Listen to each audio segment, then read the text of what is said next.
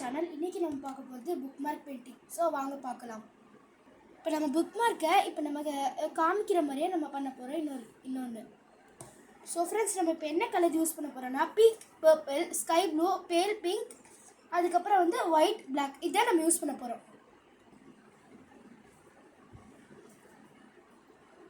So friends, நம்ம இப்போ இந்த கலர் தான் யூஸ் பண்ண போகிறோம்.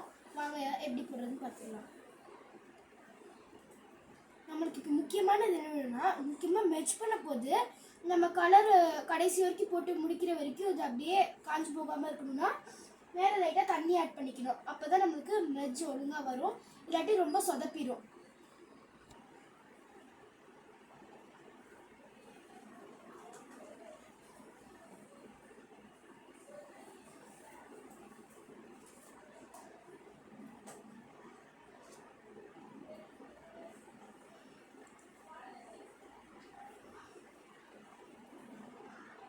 இப்போ நீங்கள் இந்த மாதிரி அக்ரிலிக் கலர் யூஸ் பண்ணுறீங்கன்னா டாட்டாக வைக்கவே கூடாது.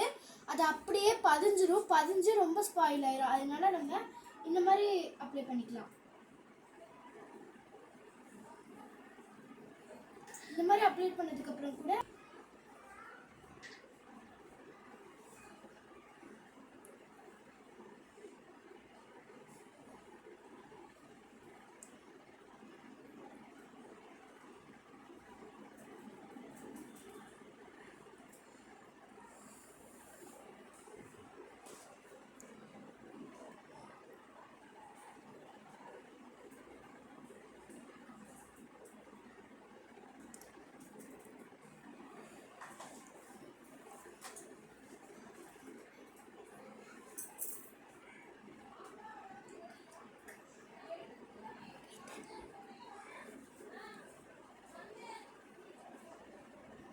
அடுத்து நம்ம ஒயிட் யூஸ் பண்ணிக்கலாம்.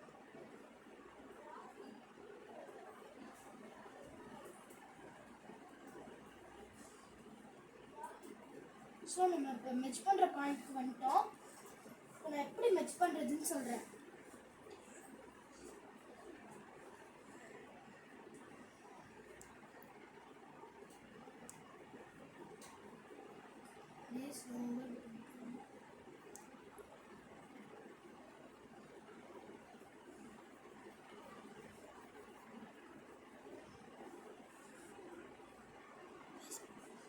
அடுத்து நம்ம பிளாக் கலர் வச்சு ஹார்ட்டின் போடலாம்.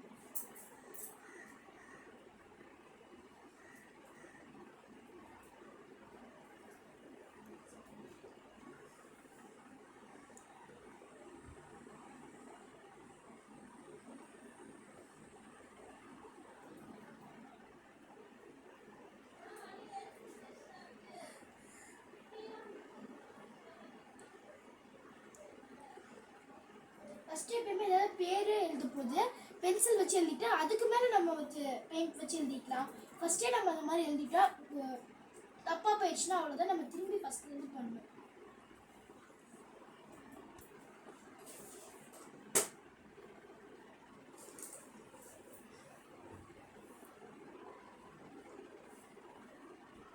ஓகே, இப்போ நம்ம வந்து பென்சில் வச்சு அவுட்லைன் கொடுத்தாச்சு. அது மேலே நம்ம இப்போ பிளாக் பெயிண்ட் வச்சு எழுதிக்கலாம். ஓகே ஃப்ரெண்ட்ஸ், இதுதான் நம்மளோட பெயிண்டிங். நம்ம பண்ணி முடிச்சிட்டோம். ஸோ பாய், நம்ம நெக்ஸ்ட் வீடியோவில் பார்க்கலாம்.